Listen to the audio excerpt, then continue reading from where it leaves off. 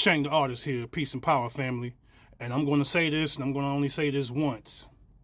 Hip hop will always be a black thing, a black American FBA thing before it's a New York thing.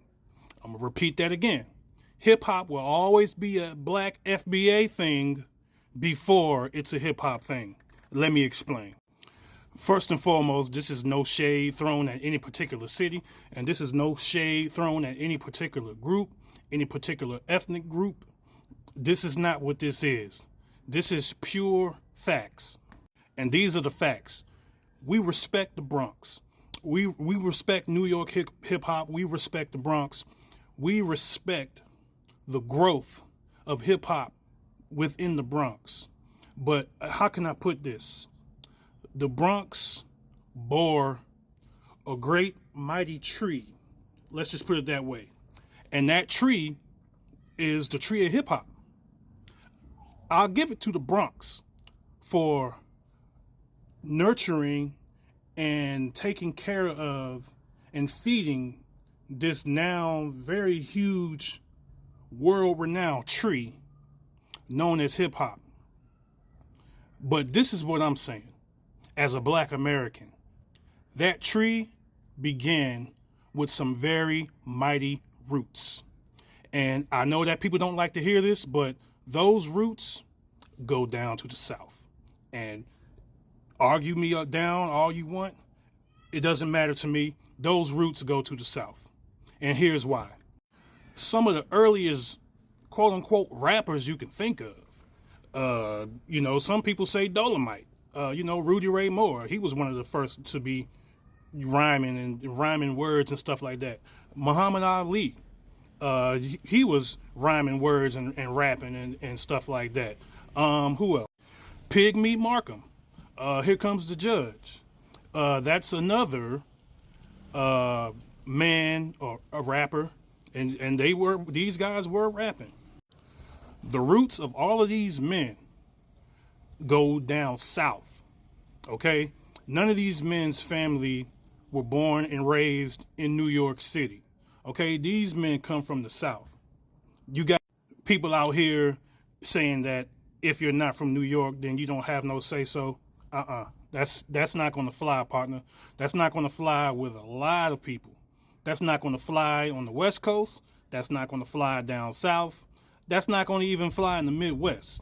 It might fly in New York City, but nowhere outside of New York City is that type of rhetoric going to. I'm going to mention one particular rapper. He goes by the name of China Mac, okay? He's a Chinese guy. I don't know if he migrated to this country or not. I think he did. Whatever the case, he's a Chinese rapper named China Mac, okay?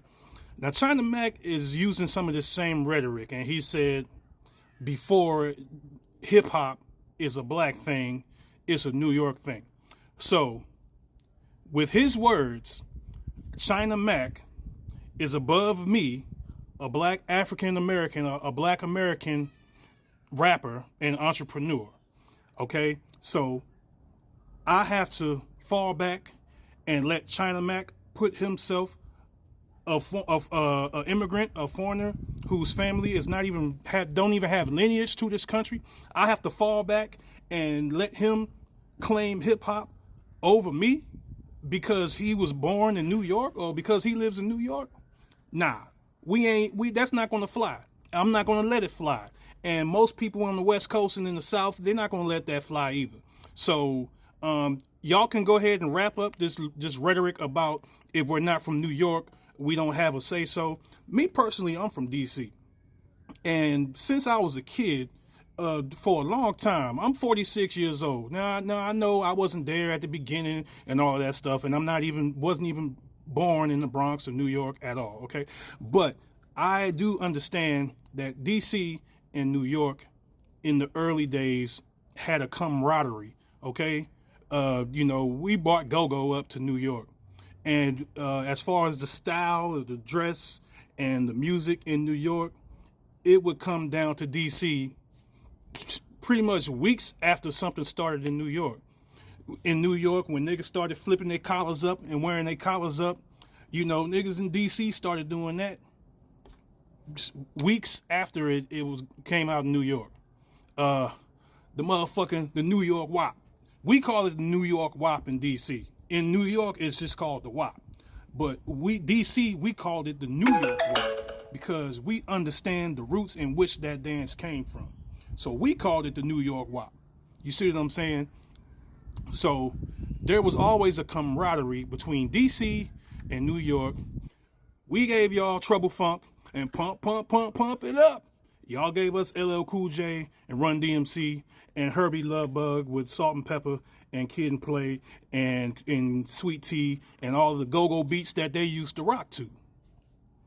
So there was always a camaraderie with DC and New York. So nobody's about to tell me that I don't have a say-so on this hip-hop shit and the origin of it just because I'm not from New York. I'm not going to even let that fly.